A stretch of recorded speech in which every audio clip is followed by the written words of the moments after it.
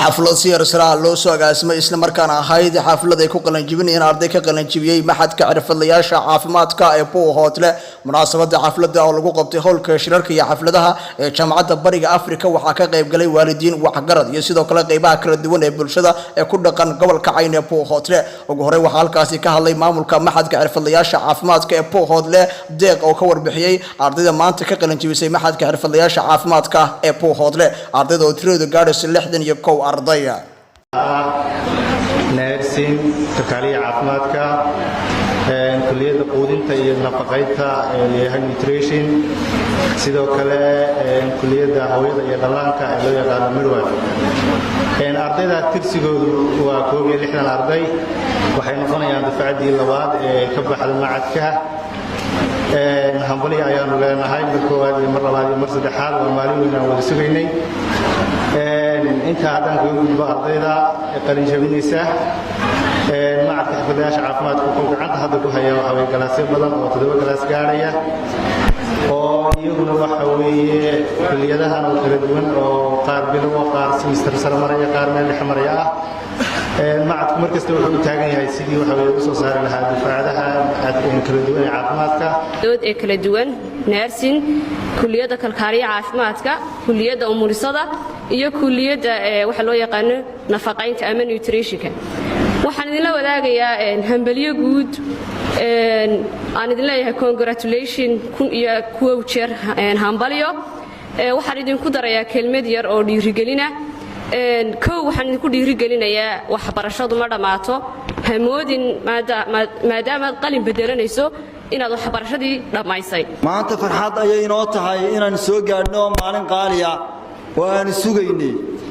muddo 3 sano aan ku soo dhex jirnay 2-3 sano dhowdhow taas oo goolkeedu ahaa inaan maalintan xaqiijino qaaliga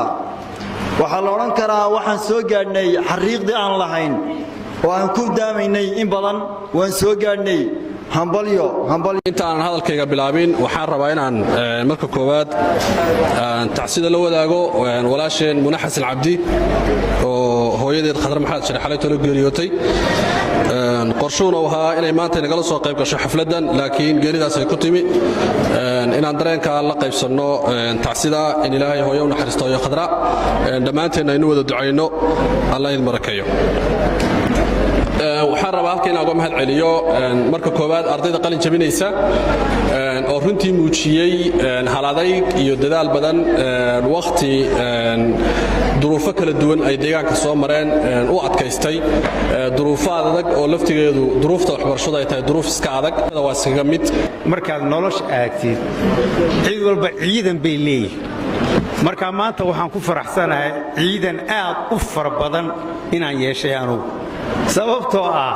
wax halkaa fadhiya waa caafimaad anugu caafimaadka ciidan baan u haystaa ka xoog badan wax allaala ciidamada aad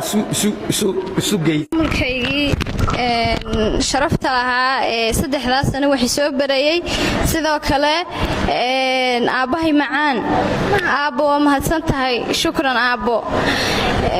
Allah ii ka daayo runtii aabo waan codsan lahaa inaad soo ag istaagto adoo raaliya aabo Allah subhanahu wa ta'ala idin barakeeyo juhdigaasna waxa weeye idinka abaaliyo dhalinyarada maanta qalin jabinaysa ee wiilal iyo hablaba leh iyagana waxa weeye waan bogaadinayaa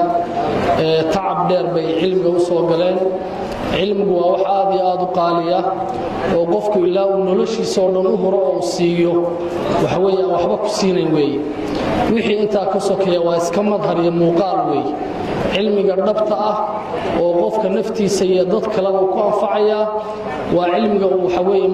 inta haddaan dhaafo anigoo ku hadlaya magaca waalidiinta Buuhoodle ee ardayda ka baxday maxadka kalkaaliyaasha caafimaadka waxaanu mahad iyo sharaf iyo jacayl u haynaa maamulka iyo macallimiinta maxadka caafimaadka Buuhoodle oo ugu horeeyo Dr. Maxamed Cabdi Faarax Qudus إلهي ما محدها وإني محدنا قينا وأنا إني دعينا waxse aan inii sheegaynaa dacfaddii koowaad baad maraysaan markaad ay noqoto inaad muntafaciin noqotaan ummaddiin iyo dhulkiinnaba waxbarasho wax ku tartaan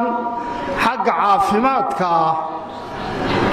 dacfaddii koowaad baad ka baxdeen ta labaad iyo ta saddexaadba gaadha